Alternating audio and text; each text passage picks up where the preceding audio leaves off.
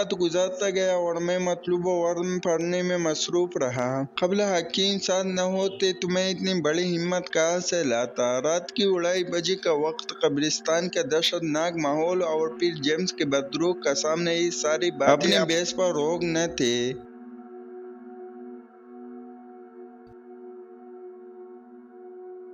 खूब तो इंसानी फितरत में शामिल है, इसलिए कोई ना कोई वसवसा जरूर तंग करने लगता है। लेकिन अब सोचने समझने का वक्त गुजर चुका था। साल से बाहर कदम रखना सरासर खुदकशी करने के मुतरातिब था। तकरीबन 2 घंटे खैरियत से गुजर गई। फिर यकायक कब्रिस्तान के खामोश सन्नाटे और इंतहाई गहरा आवाज़ें गूंजने लगे,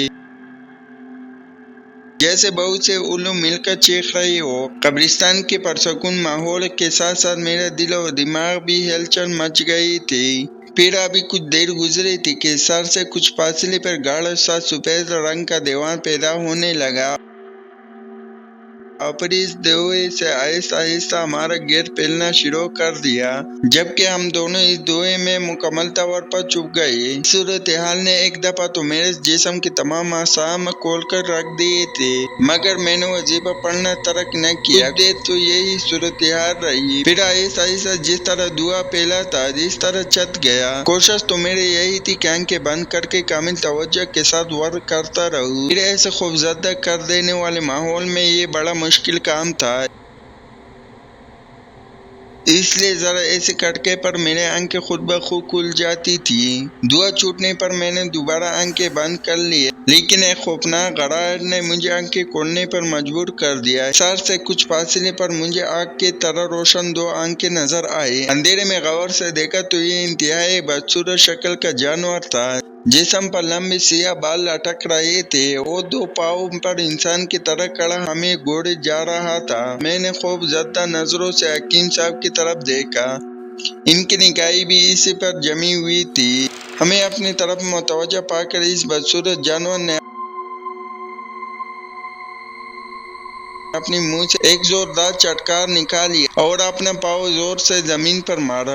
इसका भारी पाँव जमीन पर पड़ा कब्रिस्तान में गोया एक बुंचाल सा पा गया। अचानक खौफनाक गड़गड़ाहट के साथ हमारे इर्द गिर्द के कब्रें पड़नी शुरू हो गई और पटी पुरानी कफन लटकाई मुर्दे अपने अपने कब्रों से बाहर निकलकर हमारी तरफ बढ़ने लगे। करीब तक कि मैं हिस्सा छोड़कर भाग उठता। मुझे हकीम साहब की आवाज सुनाई दी, खबरदार अपने वजीफा न छोड़ बैठना। ये फकत नजरों का धोखा था। शाबाश, डटे रहो, हिसार के अंदर खतरे का कोई बात नहीं है। ये शैतान का आखिरी हरबा है जो हमें नाकाम बनाना है। हकीम साहब की बड़वक्त आवाज ने मेरे दराज बंधाई और मैं संभल कर बैठ गया। हकीम साहब की इस बड़वक्त आवाज ने मेरे अंदर एक हौसला पैदा किया और मैं बैठ गया। फिर वाकई चंद लम्हों के बाद सब कुछ ठीक हुआ और कब्र वैसी की वैसी नजर आने लगी। मेरे वजीफे का वक्त भी मुकम्मल हो चुका था, इसके मैंने अपना वर्द जारी रखा।